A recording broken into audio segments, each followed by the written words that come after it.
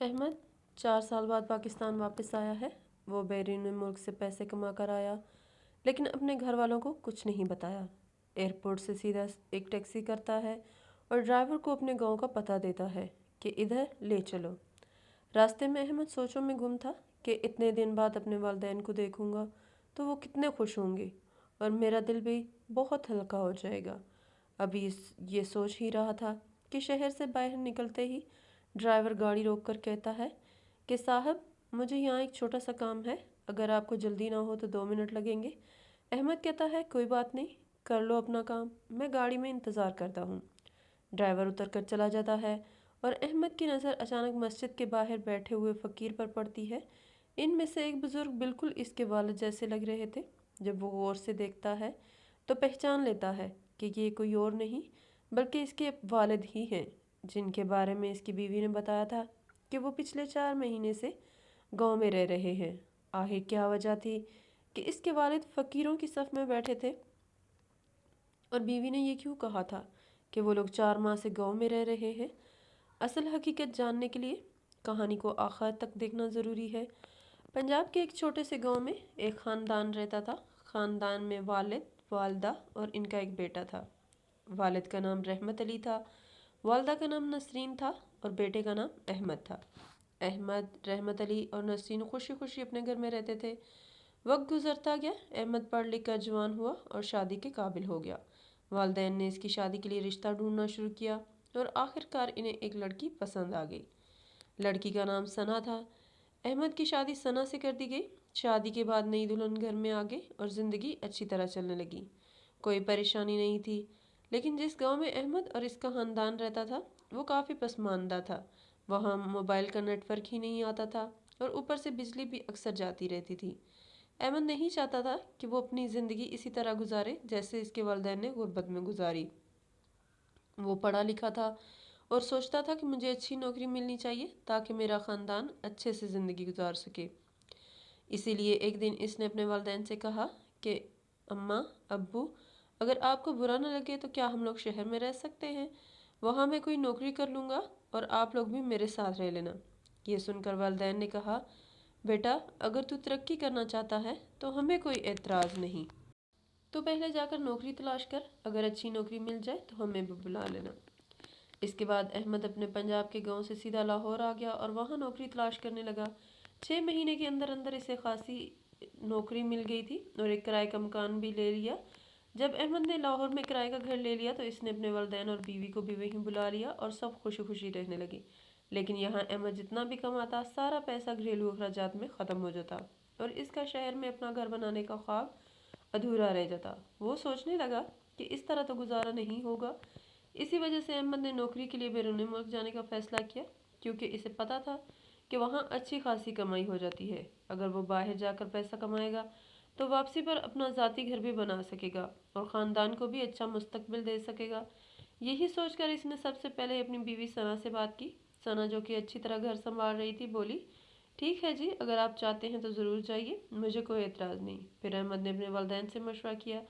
جب والدین نے بیٹے کی کامیابی کی لگن دیکھی تو انہوں نے بھی حامی بھر لی اور کہا بیٹا، اگر تیرا دل چاہتا ہے تو ضرور جا، ہمیں خوشی ہوگی کہ لوگ کہیں گے رحمت علی کا بیٹا اتنا کامیاب ہو گیا ہے۔ یہ سن کر احمد تیاریاں کرنے لگا۔ تقریباً 15 دن بعد اس کے کاغذات مکمل ہو گئے اور وہ نوکری کے لیے بیرون ملک چلا گیا۔ وہاں جا کر احمد دن رات محنت کرتا، پیسے کماتا اور اپنی بیوی کے اکاؤنٹ میں بھیجتا، کیونکہ والدین کے پاس کوئی اکاؤنٹ نہیں تھا۔ وہ بیوی کے فون پر ہی والدین سے بات کر لیتا۔ وقت گزرتا گیا، احمد نے پرانا نمبر بند کر دیا اور کمپنی کا دوسرا نمبر استعمال کرنے لگا، لیکن وہ دوسرا نمبر والدین کے پاس نہیں تھا۔ یوں ہی 2 سال گزر گئے اور سب کچھ ٹھیک چل رہا تھا، مگر 2 سال بعد ثنا کا رویہ اچانک والدین کے ساتھ بدلنے لگا۔ پھر ثنا کی والدہ کو اس کے بھائی تنگ کرنے لگے تو ثنا نے ماں کو لاہور بلا لیا۔ گھر چھوٹا تھا، بس 2 کمرے اور ایک برآمدہ تھا۔ ایک کمرے میں ثنا رہتی تھی اور دوسرے میں احمد کے والدین۔ لیکن جب ماں آئی تو ثنا نے اپنی ساس سے کہا آپ لوگ برآمدے میں سو جائیں، میری ماں اس کمرے میں رہیں گی۔ نسرین بیوی نے کہا بیٹی، میری کمر میں درد رہتا ہے، میں زمین پر نہیں سو سکتی۔ لیکن ثنا بضد رہی، میری ماں پہلے ہی بہت پریشان ہے، اگر زمین پر سوئی تو اسے برا لگے گا، آپ لوگ باہر ہی سو جائیں۔ ساس سسر نے سوچا کہ چلو چند دن کی بات ہے اور مان گئے۔ یوں رحمت علی اور نسرین برآمدے میں سونے لگے۔ और सना ने अपनी माँ को कमरे में बसा दिया। कुछ वक्त गुजरा, अहमद अब और भी मसरूफ रहने लगा। वह सिर्फ बीवी से ही वालदैन का हाल मालूम करता। वालदैन के साथ बराह रास्त रब्ता बहुत कम रह गया। अब सना का रवैया मज़ीद बदल गया। वो वालदैन पर जुल्म करने लगी और उन्हें तकलीफ देने लगी। इसकी माँ इसे बहकाती कि जैसे तेरी भाभी मुझे सताती थी वैसे ही तू भी अपने सास ससुर के साथ कर। वालदैन परेशान हो गए। अगर कुछ कहते तो बहू उल्टा जवाब देती, क्योंकि अहमद का राब्ता बराह रास्त नहीं था। वो भी 15-20 दिन बाद बीवी से वालदैन का हाल पूछ लेता। यही वजह थी कि सना के दिल में गरूर आ गया कि अब तो घर में मेरी चलेगी और सास ससुर को मेरी बात माननी पड़ेगी। वालदैन आपस में बात करने लगे कि ऐसे तो वक्त नहीं कटेगा, हमें किसी तरह बेटे से राब्ता करना होगा। तब रहमत अली ने अपनी पुरानी डायरी निकाली जिसमें अहमद का पुराना नंबर लिखा हुआ था। वो डायरी लेकर पास ही के पड़ोसी यासिर के पास गए, जो अहमद का अच्छा दोस्त भी था।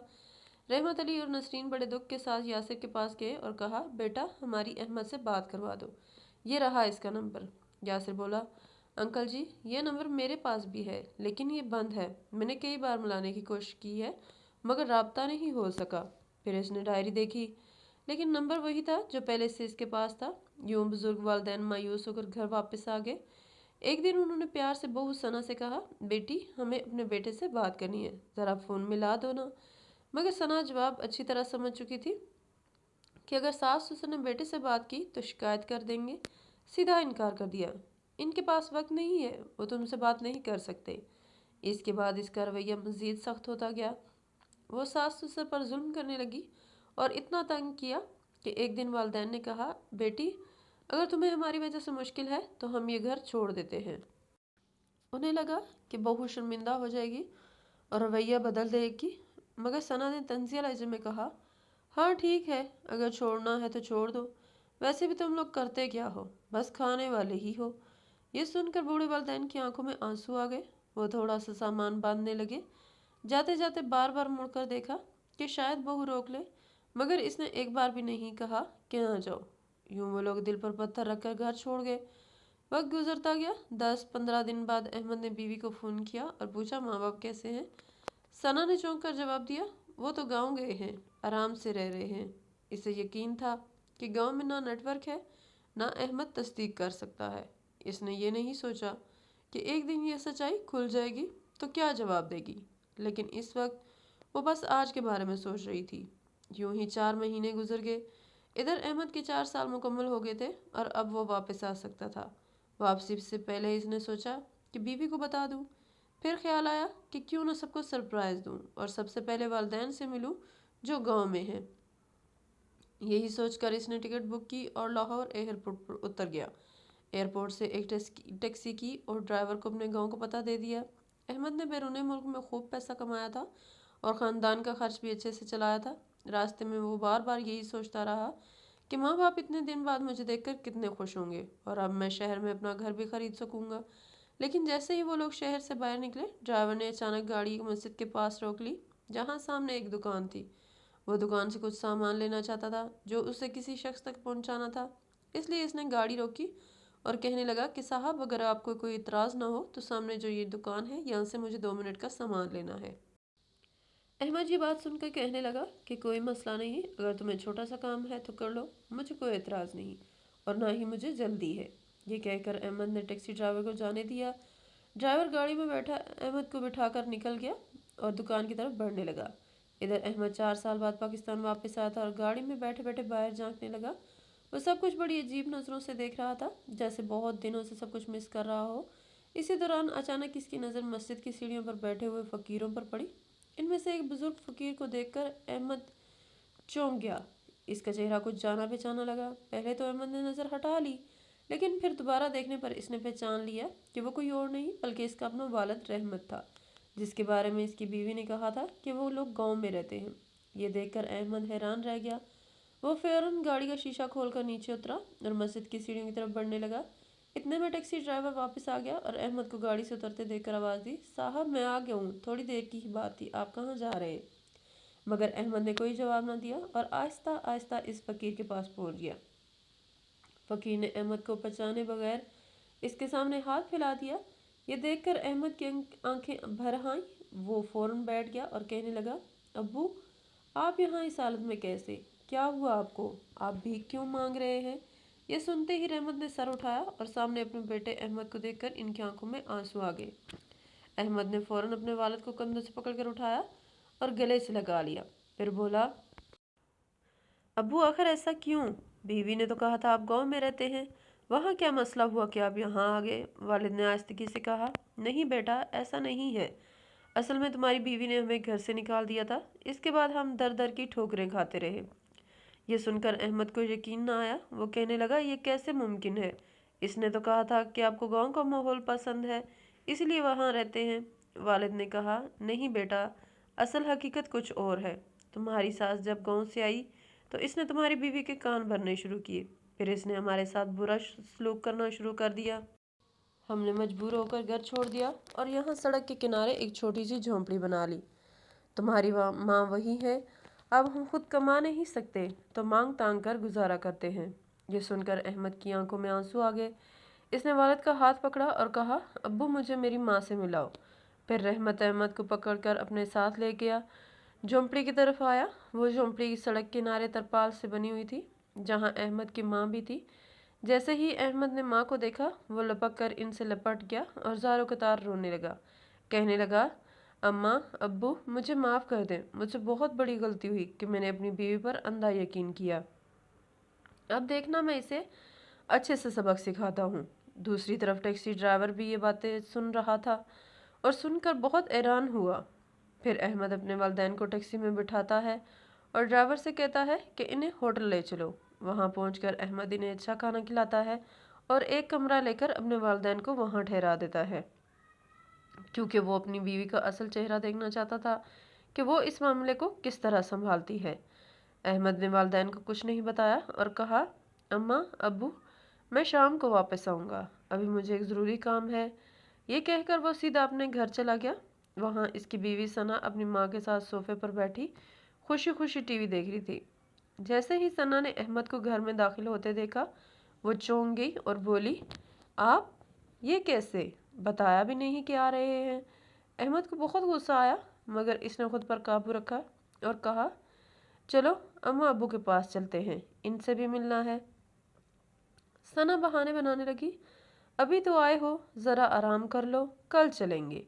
यानी अभी भी वो बात छुपाने की कोशिश कर रही थी। अहमद ने पूछा, और अम्मी जी यहाँ क्या कर रही हैं? इस पर सना की माँ बोली, बेटा, मुझे मेरे बेटे और बहू ने बहुत परेशान कर दिया था, इसलिए मैं यहाँ आ गई हूँ।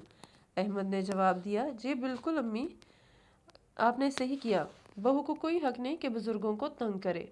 यह सुनकर सना के चेहरे का रंग उड़ गया, क्योंकि हकीकत में वही सब कुछ कर चुकी थी। इसने बात बदलते हुए कहा, आप फ्रेश हो जाएं, मैं खाना लगाती हूँ। सफ़र लंबा था ना? मगर अहमद बोला, नहीं, मैं खा कर आया हूँ, बल्कि आज तुम्हें शॉपिंग कराने ले जाना चाहता हूँ, क्योंकि शादी के बाद कभी मौका नहीं मिला। यह सुनकर सना खुश हो गई।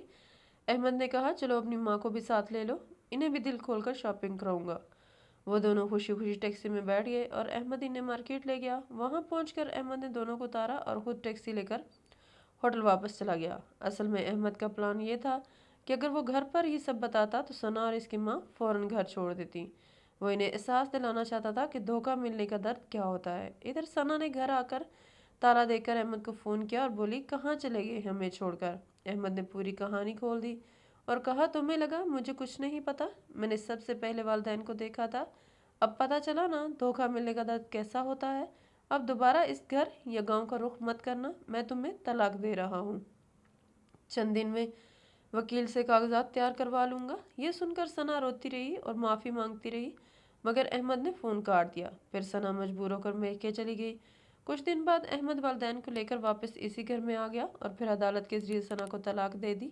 बाद में एक छोटा सा नया घर खरीद कर वालिदैन के साथ रहने लगा। वालिदैन ने अहमद से दूसरी शादी का कहा, मगर इसने इनकार कर दिया। नहीं अम्मा अबू, अगर दूसरी बीवी ने भी आपके साथ ज्यादती की तो ये मेरे लिए नाकाबिले बर्दाश्त होगा। दोस्तों, ये थी आज की कहानी। क्या आपने भी कभी किसी को इतना चाहा कि इसका धोखा आपकी रूह